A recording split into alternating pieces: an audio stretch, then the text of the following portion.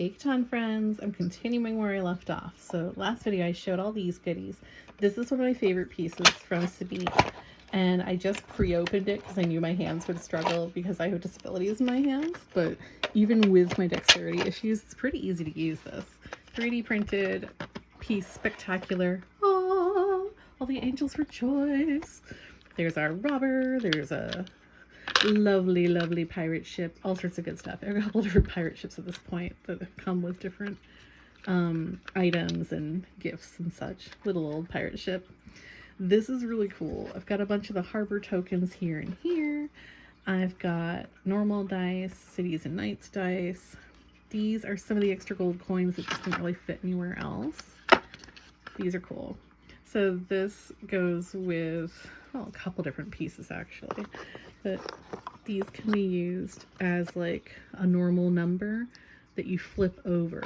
These are for the Explorers and Knights set where there are different pirate lairs, and whether it's a pirate lair or a number is kind of interesting. So I'm not going to spoil too much. I want you to like get the set for yourself and play with it and check it out. I'm not going to spoil everything. Part of the fun for me is like not knowing how it works till I open it.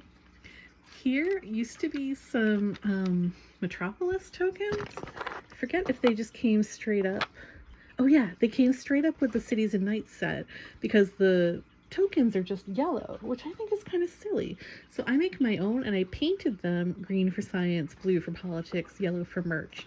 But you used to have to slide this under and then put the Metropolis token over your city. Most people can do that, but my fingers just really exhaust very quickly from doing that sort of thing. And they're cute and all, but you know, I guess you could put this in front of the player or in the advantage tin with your other advantage tokens to show who has which Metropolis. That makes sense to me. I got some more things like this. Oh wait, that's Traders and Knights as well. Anyway, there's so many ways to use these things. Here's some more Explorers and Pirates. These are the number tokens, but special for the Sun and Moon Islands. So it has to be kept on its own. This is the Merchant. And the Merchant is only this one color for everybody. This beautiful purplish kind of eggplant color, this aubergine.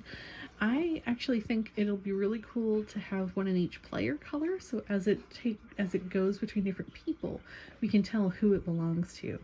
Because it doesn't work for everyone settled on that hex. It's just for one player, unless you modify it. These are fire stations. I actually got the huge set, the bigger set, totally worth it, from TableTop Monthly. Especially since my girlfriend's a fire captain, I kind of want it to be like, yes, we're going to do fire right. These are fire stations, and I actually got a whole bunch of wooden meeples. Big wildfire meeples for the middle of a hex, and then little ones for all the affected roads and settlements, because I lost track having just the 2 meeples. And then all these fire stations are what you build to combat and keep off the wildfire. Pretty cool. This is awesome. This is one of multiple organizers where everything is perfectly engineered to fit each item. Here's another one. It's pretty cool. I'm using it for different stuff than it was designed for, as I always do, because I modify everything in my life. Probably unnecessarily, but it brings me joy. But this is another goodie from Sweet. So these are from TableTop Monthly's Magic Golem. These are magical protections. They're also just bingo chips, so you can use them. I actually might use something else because it's a little harder for me to pick these up, but they look so cool. This is from Oil Springs. Here we go.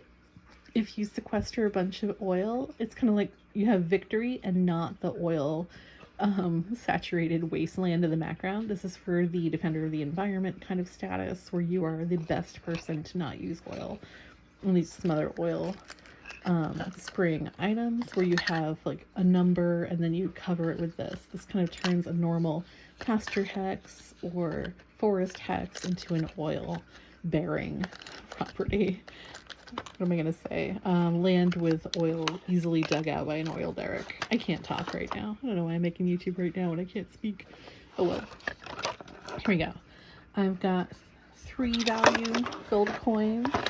And I've got these guys from Traders and Barbarians, especially when you're doing your baggage trains and your cities and your, like, everything going. It's really hard to keep track without these. So this is just a beautiful little organizer that holds everything. It's part of that $150 set from Sumeet that I can't talk enough about. So whenever you see me with my stuff like this, you can tell that that's what I'm dealing with when I have the purple 3D printed stuff. He organizes it so in a box, every single one fits kind of like Tetris pieces in the box. I can't explain it well enough with my hand right now, but they fit perfectly and work really well together, and I love them, and I'm so glad I bought them. I have a bunch of fan-made and homemade things I'm going to be putting in the other card organizer here, but I wanted to show you all that at once. There are more boxes to go, but I think I'm done for the night. I'll show you more another day. Thanks for tuning in. Bye!